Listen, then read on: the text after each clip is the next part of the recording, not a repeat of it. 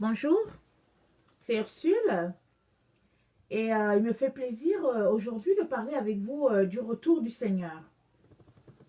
Il y a plusieurs personnes, surtout les enfants de Dieu, qui disent que ce n'est pas le temps du retour du Seigneur. Parce que, en tout cas, il y a certains signes qui ne sont pas encore arrivés, disent-ils. Et moi, je viens aujourd'hui vraiment vous présenter certains éléments afin qu'ensemble, nous puissions nous préparer pour le retour du Seigneur. Parce que le jour où le Seigneur viendra, ce sera une surprise, comme lui-même il a dit. Il a dit, ce sera comme un voleur. Il dit, quand le voleur vient, est-ce qu'il avertit? Le voleur n'avertit pas. Il dit, ce sera exactement comme ça, le jour où lui, Jésus, reviendra. Et aussi, c'est dit dans la parole que personne ne sait quand est-ce que ce jour arrivera. Parce que quand les disciples ont demandé à Jésus, quand est-ce que cela se passera, il a dit, moi je ne sais pas, il n'y a que le Père qui le sait. Alors, nul d'entre nous ne sait le jour exact. Mais nous pouvons déjà, avec tous les signes qui sont déjà arrivés, dire que nous sommes dans ce temps-là où nous ne le sommes pas.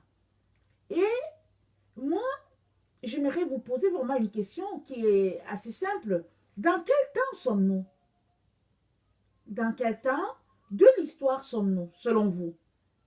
À mon avis, je pense que nous sommes à l'heure du retour du Seigneur.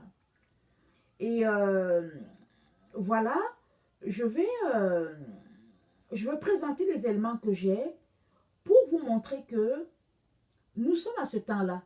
Au fait, ce qui se passe souvent avec certains enfants de Dieu, c'est que, au fait, ayant grandi dans les familles chrétiennes, ou bien étant chrétien depuis longtemps, on s'est fait des idées. On a marché selon un certain pattern et on s'est imaginé comment Jésus reviendrait, comment ça se passera, quels sont les gens qui nous informeront de sa venue et à quel moment ça va se passer. Et si ces personnes-là, qui sont, supposons, les grands hommes de Dieu, entre guillemets, si ceux-là ne disent rien, c'est comme si, bon, il faut attendre, il faut continuer d'attendre. Alors, j'aimerais vous rappeler que le Messie, quand il est venu sur la terre, il a été annoncé des siècles par des prophètes. Et les Juifs savaient qu'il allait venir, c'était enseigné dans les synagogues. Et vous savez quoi? Quand le Messie est né, ce n'est pas ceux qui enseignaient dans les synagogues qui ont su que Jésus était né. Les premières personnes qui étaient informées de la naissance de Jésus, c'était les bergers. Les personnes sans importance. Ils étaient dans leur champ et ils gardaient leurs troupeaux. Et c'est là-bas que les anges sont descendus. Ils ont dit, un peu sur la terre parmi les hommes qu'il agrée. Et ce sont ces bergers-là qui sont partis adorer le Messie dans l'étable où il se trouvait. Avec, bon, ses parents y étaient. Et ils sont allés, ils ont dit, gloire à Dieu dans le très haut, paix sur la terre parmi les hommes qu'il agrée, disaient les anges. Et les bergers ont dit, allons à Bethléem. Allons voir ce que le Seigneur a annoncé. Allons voir ce qui est arrivé. Et c'était des gens ordinaires, des gens qui n'étaient même pas allés, qui ne savaient même pas lire ou écrire. C'était des gens qui n'étudiaient pas les Écritures. Et c'est à eux que Dieu a annoncé la nouvelle de la naissance du Messie. Et il y a les mages d'Orient qui ont su, qui ont marché de très loin, qui sont venus présenter leur offrande à l'enfant. Et ils ont averti le roi Hérode. Et c'est comme ça que le roi Hérode, dans sa colère, a alerté tous les autres. C'est comme ça qu'il a réalisé qu'il y avait un roi qui était né, alors que les gens qui étaient à côté ne savaient même pas. Et puis, dans Luc 2, le verset 25 à 38, il nous est dit que Siméon était dans le temple, il attendait la consolation d'Israël. Et puis Marie et Joseph sont allés au temple pour présenter l'enfant. Je pense que c'était après le septième jour. Et en tenant le bébé dans ses mains, c'est comme ça dans ses bras, c'est comme ça qu'il a reçu la révélation par le Saint-Esprit que voilà, c'était lui le Messie. Et il a dit, Seigneur, maintenant tu peux laisser aller ton serviteur en paix. Et de la même manière, Anne, la prophétesse, elle était dans le temple. Et ce même jour, elle était là et elle a vu le Messie. Et ils ont annoncé à tous ceux-là qui étaient là, qui disaient que cet enfant-là, c'est lui le Messie, celui qui va sauver Israël de ses péchés. Et c'était des gens qui priaient, Siméon, et puis Anne était des gens qui priaient, qui étaient connectés au Saint-Esprit. C'est comme ça qu'ils ont su que c'était le temps. Mais les autres, qui étaient là, assis dans les synagogues, qui scrutaient les Écritures, n'ont pas su. Ils n'ont pas vu la chose arriver. Et je pense que l'histoire va se répéter, parce que l'histoire se répète toujours. Avec le Seigneur, les choses se répètent. Quand on regarde dans la Bible, c'est dit que ce qui est arrivé au temps de Noé va encore arriver notre temps. Ce qui est arrivé au temps de l'autre va encore arriver de notre temps. Et si nous ouvrons les yeux, nous voyons bien que les choses qui se sont passées du temps de l'autre se passent parce que l'autre, la ville a été détruite. Pourquoi au temps de l'autre? Il y avait beaucoup d'homosexualité, il y avait toutes sortes de perversions. Et c'est ce qui se passe dans notre monde. Alors tout ceci, toute cette introduction, c'est pour vous dire que, mes frères et mes sœurs, ne nous arrêtons pas sur certains signes que nous nous sommes imaginés, disant que ce n'est pas le temps du retour du Seigneur. Venons plutôt devant Dieu dans la prière et cherchons sa face. Et c'est lui qui va nous parler, c'est lui qui va réveiller notre esprit, c'est lui qui va nous dire, mon fils, ma fille, c'est le temps, prépare-toi. Parce que nul n'aimerait être surpris ce jour-là, parce que ceux-là qui seront surpris vont rester. Et au lieu qu'on passe notre temps à pratiquer de la négation, il est important que nous venions plutôt dans une attitude humble et nous dire à nous-mêmes, et si c'était vrai que c'était l'heure du retour du Messie? Alors moi, je vais vous donner donc quelques éléments qui me montrent que nous sommes dans ce temps-là où le Messie viendrait. Regardez, si nous allons sur Internet, nous allons voir que les gens qui annoncent le retour du Messie, c'est des gens ordinaires. Les gens, des vieilles personnes, excusez le terme, les personnes d'âge avancé, il faut plutôt que je dise ça comme ça, pour ne pas avoir une connotation négative. Alors, il y a des personnes d'un certain âge, d'un âge avancé, d'un âge respectueux, qui annoncent le retour du Seigneur. C'est-à-dire les personnes telles que prédit dans la Bible, parce que c'est dit, Jésus a dit, je répandrai mon esprit sur toute chair, vos fils et vos filles prophétiseront, vos vieillards auront des songes, vos jeunes gens des visions, même sur les serviteurs et sur les servantes, dans ces jours-là, je répandrai de mon esprit. Alors plusieurs s'imaginent comment l'esprit sera répandu, parce que c'est dit, je répandrai mon esprit sur tout le monde. N'oublions pas que quand Dieu parle de tout le monde, effectivement, il y a certaines personnes qui ne l'auront pas, tout simplement parce que, bon, peut-être les personnes ne croient pas au Seigneur, soit parce que les personnes ne veulent rien entendre parler, parce que si tu ne veux rien savoir du Saint-Esprit, le Saint-Esprit ne va pas, il va pas te fatiguer avec sa présence. Alors, au temps de Jésus, autant il y a des personnes qui ont su que Jésus était là, autant d'autres personnes n'ont vraiment pas su, ils n'ont même pas eu un indice.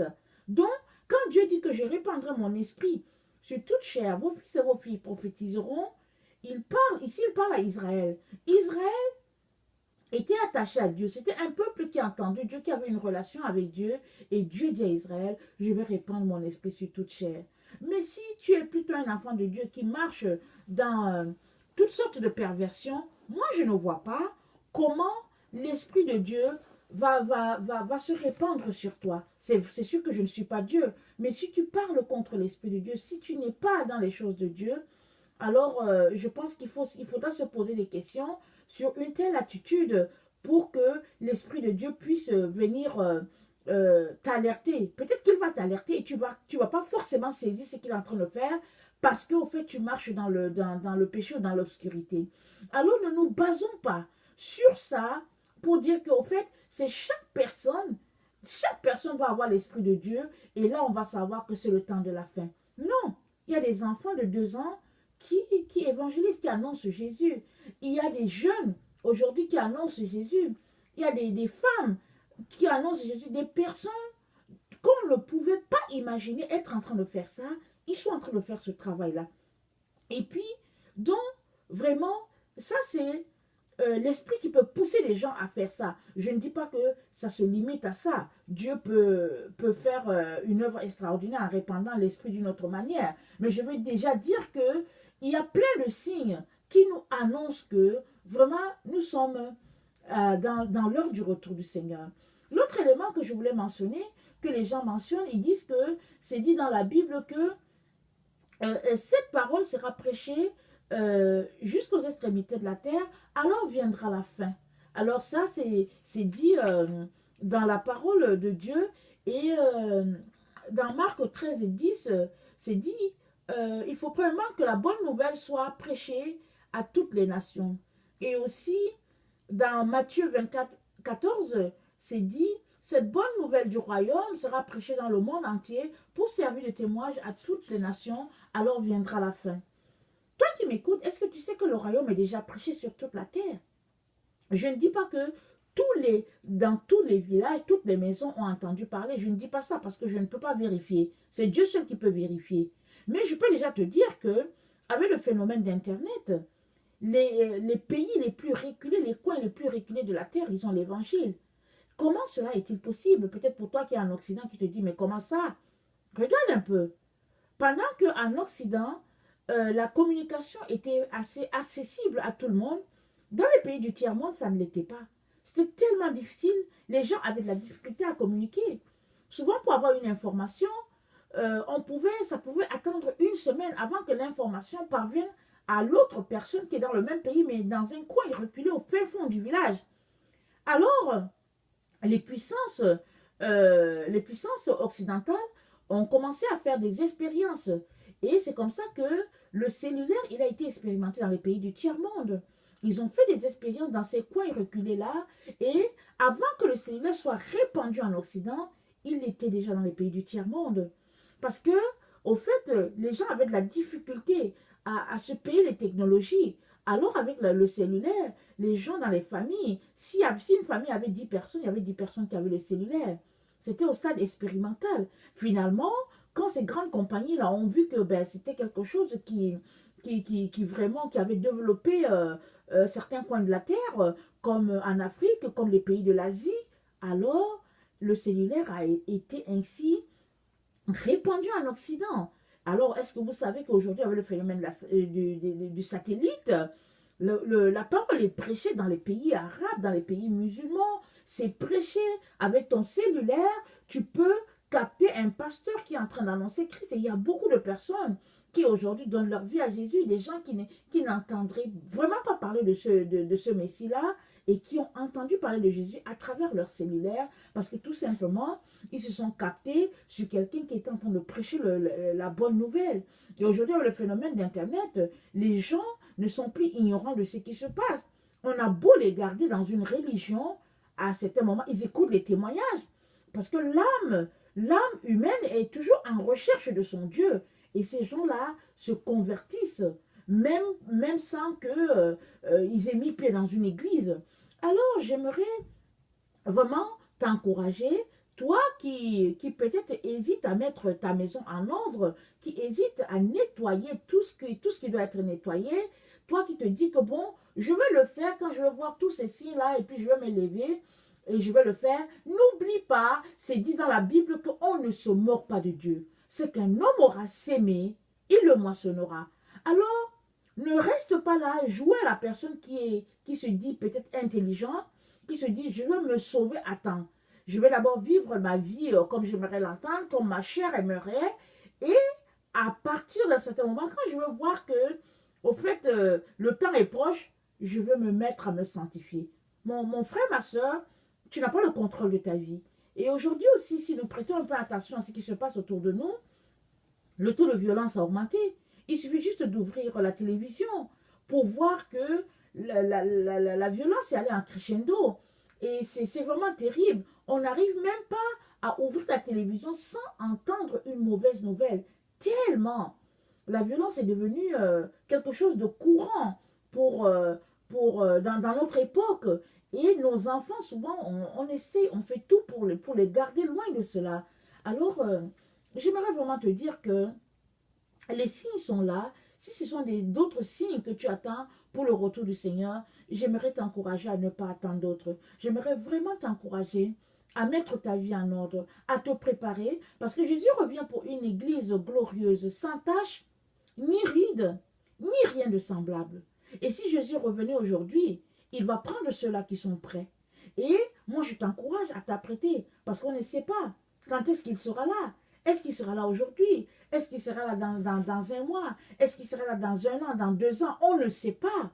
Mais il est très important que tu puisses être prêt. Parce que les catastrophes, regardez, aujourd'hui, c'est même difficile pour les gens de sortir pour aller s'asseoir dans un café. Parce qu'on sait qu'il y a certaines personnes qui sont allées dans un café et puis qui ne sont jamais rentrées chez elles. Elles n'ont pas eu le temps de mettre de l'ordre dans leurs affaires parce que tout simplement, il y a quelqu'un qui a décidé qu'aujourd'hui, il allait mourir et il allait emporter avec lui un certain nombre de personnes. Et avec le phénomène des bombes et tout qui explose un peu partout, on sait ce qui se passe. C'est pourquoi il est très important que nous puissions mettre notre vie en règle. Et puis, pour toi qui est en train de m'entendre, qui est en train de m'écouter, qui peut-être ne connaît pas le Seigneur Jésus, et puis qui peut-être le cherche, ou bien qui est accroché à une religion, te disant que la religion va te sauver, j'aimerais tout simplement te dire que la religion ne sauve pas. Il n'y a aucune religion qui sauve. Même la religion chrétienne, elle ne sauve pas. Il n'y a pas de religion qui sauve. Ni la religion chrétienne, ni la religion musulmane, ni la religion bouddhiste, ni la scientologie, ni la science elle-même. Il n'y a rien qui te sauve. La seule personne qui te sauve, c'est Jésus. Parce que Dieu a tout remis entre ses mains. Et Jésus, c'est une affaire de relation. Ce n'est pas le fait d'aller à une église qui va faire que tu seras sauvé. Ce qui te sauve, c'est le fait qu'un jour, tu as donné ta vie à Jésus et tu as marché dans la sanctification parce que c'est écrit, celui qui persévérera jusqu'à la fin sera sauvé. Parce qu'il y a des chrétiens qui pensent que ils ont donné leur vie un jour à Jésus et ils sont assis sur leur lazy boy du salut et ils se disent, quand Jésus viendra, il me prendra. Non, mon frère, non, ma soeur. Si c'est comme ça que tu agis, sache tout simplement que tu seras rejeté. Parce que Jésus vient pour une église glorieuse. Alors, vraiment, je nous invite tous à mettre notre vie en règle. Et pour celui-là qui cherche Jésus, je t'invite à venir à Jésus. Jésus a les bras ouverts. Il veut te donner un avenir. Il veut te donner l'espoir. Et n'hésite pas. Il ne va pas te rejeter. Le temps est là pour la repentance. Pour nous, les chrétiens qui marchons d'une manière désordonnée, le temps est là pour connaître le Seigneur. Pour ceux-là qui veulent vraiment avoir de l'espoir, de l'espérance pour leur vie. Merci.